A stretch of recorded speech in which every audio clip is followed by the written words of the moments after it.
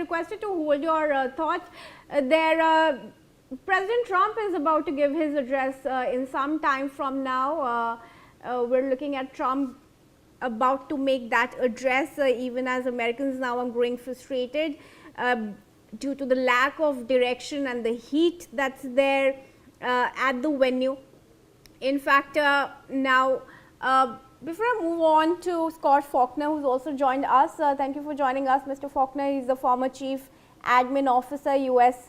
House Representative and Director of Personal Reagan Campaign, joins us from Washington, D.C. Ambassador, I just want to come back to you very quickly to have you conclude your point and just give us and our viewers a perspective on the comparative emission coming in from the developed world and the developing nations, including India, because that has been the question that has been raised here. You see, the developed world, if I take the Europe, America and Canada put together, they contribute even today more than 60% of the total emissions. China is about 25 to 30% contributor. India is in the range of 12 to 14% in the overall game.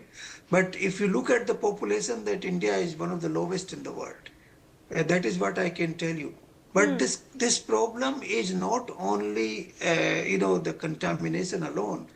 If the way we are continuing to give emphasis on higher GDP, more GDP means more production, more consumption, and more contamination. Right. If we continue to adopt that lifestyle, then obviously we cannot save the earth for the progeny. Maybe not 50 years it can survive, 100 years it can survive, but beyond that it would be very difficult. You will have shortages of water, you will have breathing problem, and like you carry water bottles today, you will carry gas cylinders in the years to follow.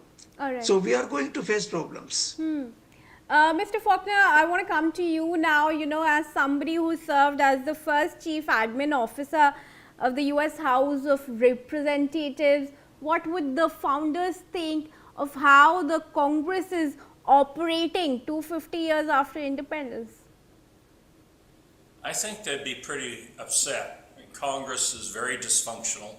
It is really, I think one of the worst things that happened in America was the 17th Amendment, where the direct election of the senators for the United States Senate, instead of having them being selected by state legislatures, because now they're beholding to lobbyists and to national groups instead of representing their individual state interests. And that was not part of the initial Constitution. The other thing is that I like to talk about 30% of Congress. I mean, we're talking senators and House members are really corrupt, perverted, alcoholics, drug addicts. When I was CAO, I had 34 members of Congress in drug rehab. We have people who are truly dysfunctional people and are pulling the wool over everybody. And it's just very, very sad. On the other hand, there's 20% that are what I call the institutionalists, the ones who literally are true to themselves, true to their voters, true to the institutions, and really are the ones that keep the wheels on the bus. And the other 50% in the middle are just sort of keep their heads down.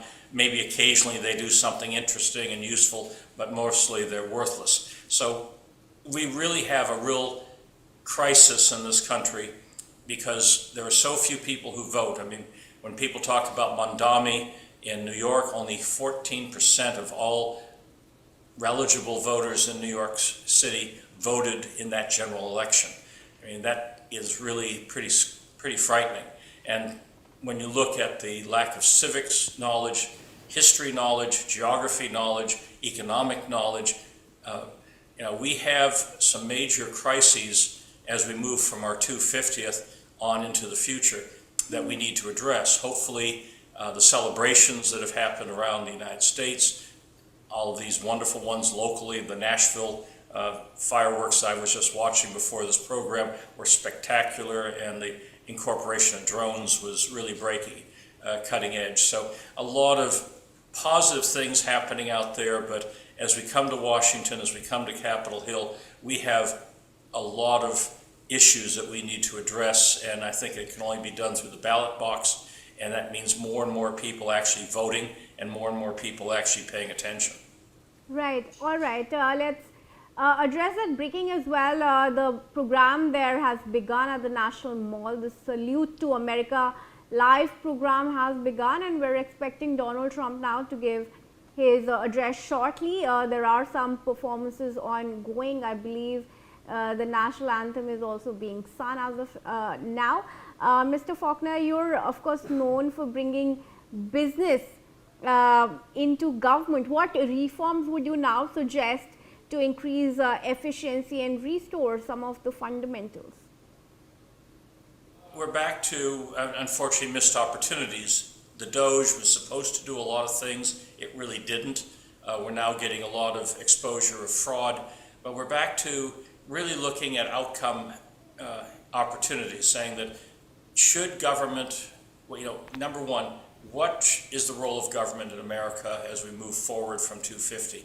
And where there is a determination that government plays a role, whether it's our military defense and internal security and justice system or various social welfare environmental programs, then we're back to looking at an outcome measurement and how resources are allocated. In my role, from all my years in Washington, I'd say 12% of the money spent is spent wisely. The rest is waste, fraud, and abuse. That's pretty scary when you look at the $32 trillion deficit that America faces. So we need to have more business-oriented people in government. We need to have more people focused on outcomes and efficiencies to get to those outcomes instead of helping their friends and relatives with sole source contracts, with procurements that are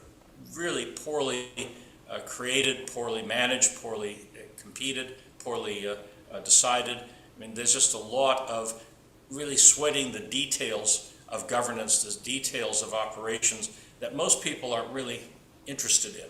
And we need to get more people involved in government at all levels, executive branch, legislative branch, and even at the state levels, that really want to help the community, but more importantly, looking at the processes and the way we spend money to help our communities. Right, sure. Guru, now that Trump is about to give his address, what are some of the things that you would like to hear from him?